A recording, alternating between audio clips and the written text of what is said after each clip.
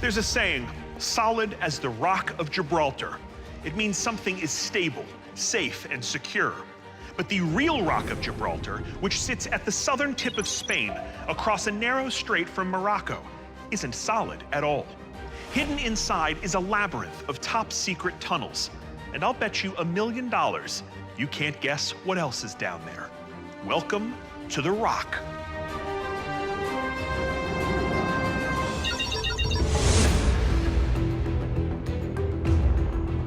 At the eastern shore of the seaside town of Gibraltar, the Rock of Gibraltar towers 1,400 feet above the Mediterranean.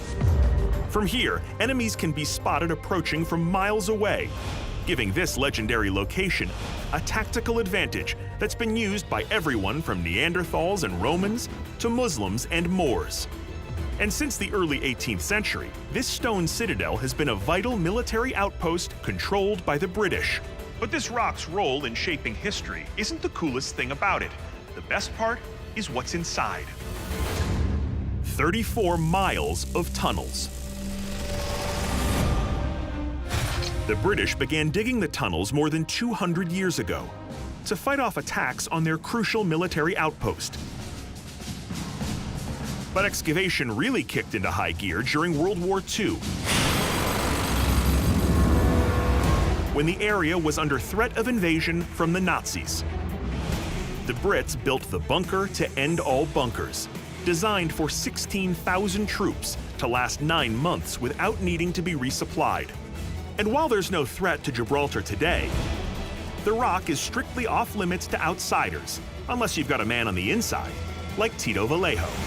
Remember that these places are not for the public. And as you can see on the doors, we have the signs, keep out. So follow me.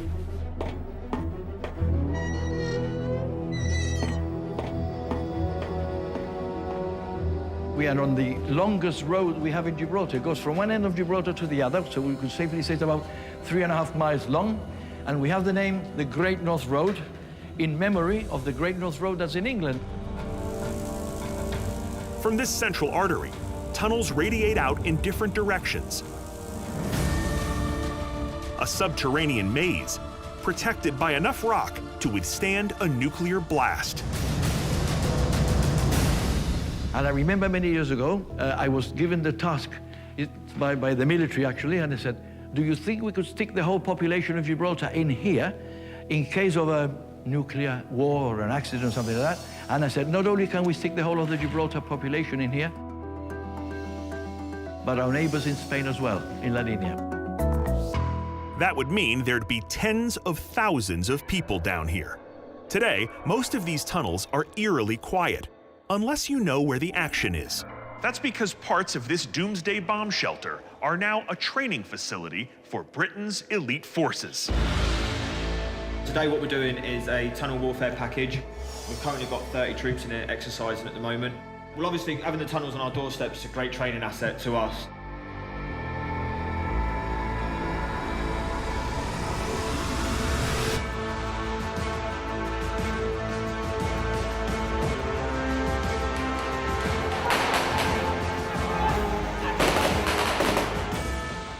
These soldiers will soon be deploying for active duty in places like Afghanistan.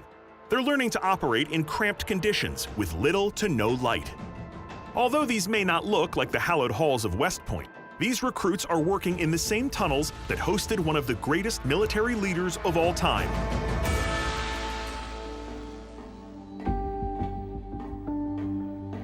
Deep in the bowels of Gibraltar, Tito enters a fortress within the fortress. And at the center of this labyrinth, a room that was instrumental in securing an Allied victory in World War II. From right here, General Eisenhower commanded Operation Torch, a coordinated US and British invasion that drove Nazi forces out of Africa. Eisenhower spent 21 days stuck in a hole inside the rock, but if it hadn't been for Gibraltar, they would not have been able to plan Operation Torch. These things are like walking into a time machine. The Rock's strategic importance continued after the war, when Gibraltar became a base for NATO. During the Cold War, this room monitored threats around the globe. Bikini was a word selected randomly by a computer, referring to a specific state of alert. And while I read bikini may be on point at the beach, in here, it's really bad news. These days, with the fear of nuclear annihilation on the back burner, well, sort of, the tunnels of Gibraltar have taken on a more 21st century security mission. Inside the rock, there's a high security area that even Tito can't get us into, so he meets up with someone who can. Now, we're getting a rare look at a high security area and the high stakes secrets inside. Right, all James Bond stuff. We've all heard of the cloud. You know, remote storage for all your important computer files. Yeah, I don't really get how it works either, but that's why I'm here with my cool globe, and the data security specialist is in the high-tech server room 1,500 feet inside the Rock of Gibraltar. This is possibly one of the most secure data centers in the world, protected by uninterruptible power supplies, standby generators, and we duplicate all critical services. So if one of them goes, the other one will take up automatically. So what companies or type of people use this sort of thing? A good 90-95% of our business deals with online gaming companies. That's right. This storied fortress that has repelled armies and hosted General Eisenhower is now hosting data from lotteries, fantasy football, and online casinos. And considering this is a multi-billion-dollar industry, there's no place more secure than the Rock of Gibraltar. Nearly 5,000 miles across the Atlantic, in Colombia, there's a villa that was once also known for its security, a posh, peaceful, and protective sanctuary, belonging to someone who probably needed to get away from it all a lot: international drug kingpin Pablo Escobar. This location is legendary for its decadence and its downfall. But today, the property has a surprising second lease on life.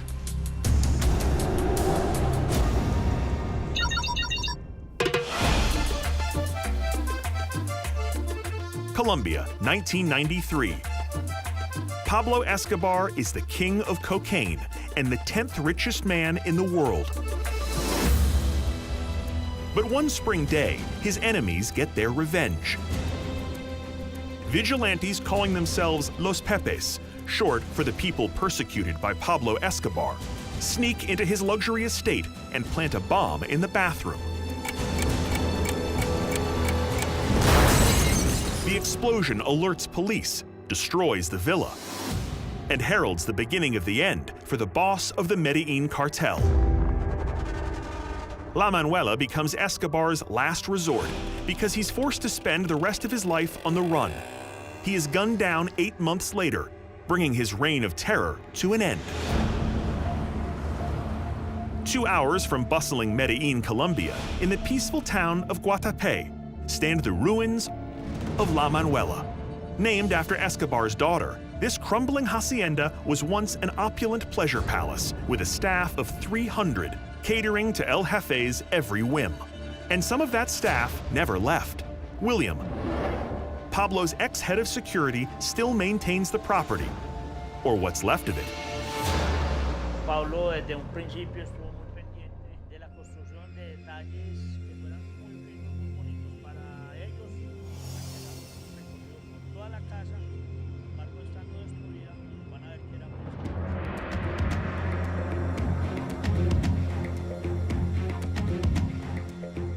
una especie de sala.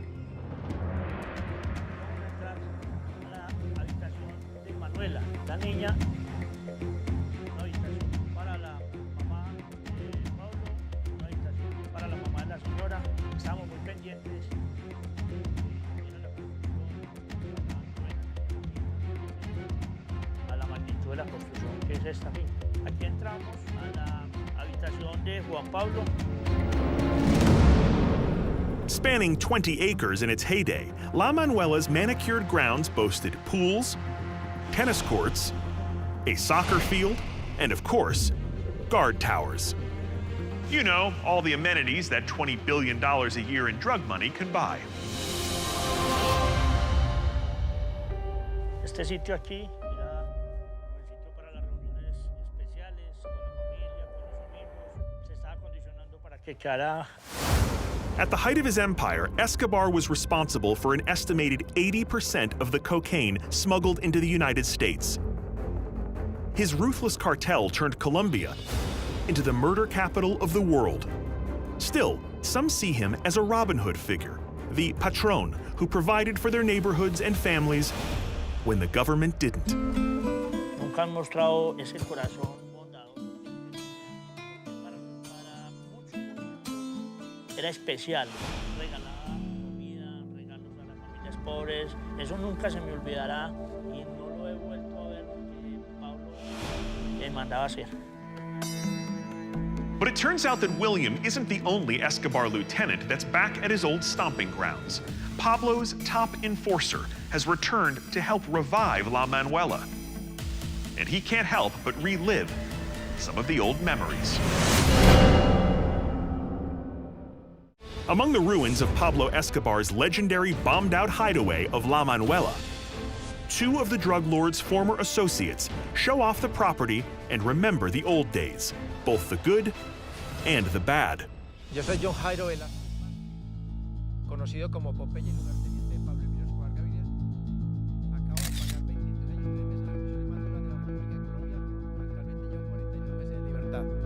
Pablo Emilio Escobar Gaviria es un hombre que lo amamos muchísimo y los que lo odian muchísimo. No hay término medio, porque él era un buen amigo y un buen enemigo. Hay cuatro cosas que Pablo el poder, la guerra, las mujeres y el fútbol soccer. Era casi divertida, porque aquí era donde Pablo Emilio Escobar Gaviria se entrenaba. Acá corría todo el tiempo, estaba corriendo. La gente pensaba, el patrón corre mucho, él se estaba entrenando para cuando venían las operaciones militares. Lo extraño, pero yo sé que si el patrón estuviera vivo estaríamos disparando en guerra de nuevo, porque él era un guerrero, y los guerreros viven de la guerra. With the dark days of Escobar's empire in their rear view, William and Popeye have opened the property to visitors for an immersive look into this tragic period from Colombia's history. There's a saying, those who cannot remember the past are condemned to repeat it. Well, at La Manuela, where history is being reclaimed and reinvented, the past is never out of sight or out of mind.